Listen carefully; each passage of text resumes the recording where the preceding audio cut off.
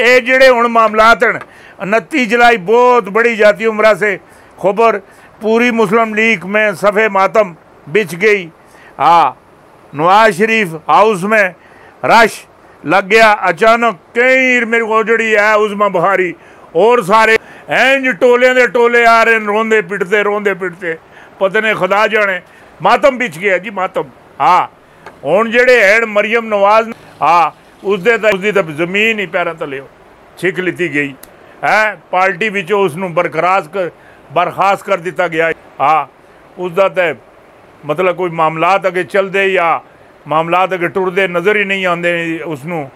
शहबाज शरीफ ओ जनाब खिड़की तरोड़ मामलात किते, मठियाइयाँ भी मनियां ने, खुशियाँ भी मनवाइयां, और जितने भी नून लीग के जोड़े बंदे उन्होंने रोज़ उन्होंने आर्डर होंगे कि मेरे शेरों तैयार हो जाओ मैं आ रहा हूँ, मेरे शेरों तैयार हो जाओ मैं आ रहा हूँ। मियाँ साहब आसन तो सही ज़रूर आसन, ये जेड़े आखते ना मेरे शेरों तैयार हो जाओ मैं आ रहा हूँ, ये सिर्फ पार्टी टुट ना जाए ना, पार्टी के टोटे ना हो जाए।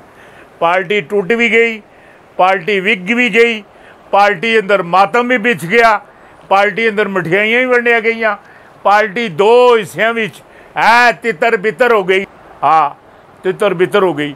जेड़े मामलात है ने वो बहुत ज़्यादा बिखरे दे नज़र आते हैं, बहुत ज़्यादा बिखरे दे नज़र आते हैं। कोई उन्होंने सरपरस्ती करता दिखाई नहीं देता।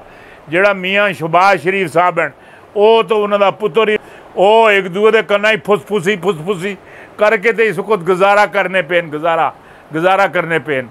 हाँ और जी है मरियम नवाज और रूपोश और कई उस्मा बुखारी और तकरीबन है 8-9 मिनटा बाद होश आई, साह मुड़े, नब्ज़ टुट गई, मामला टुट गए, हर जगह से हाथ ला के चेक किया सी ना है। फिर अल्लाह ताला जिंदगी देनी सी, अल्लाह फिर दे दी है। ए रो रो रो रो रो रो रो हाँ रो के आंसुओं का ढेर लगाता जा, कोई न कोई आंसू तो उसको पसंद आ ही जाएगा। ये रो के कुदरत अगे ढेर लाते, ढेर ना लाओ, वो जड़ा माल है वापस करो, वापस। गरीबों का माल हर बंदे नहीं हजम होंदा ना ना ना।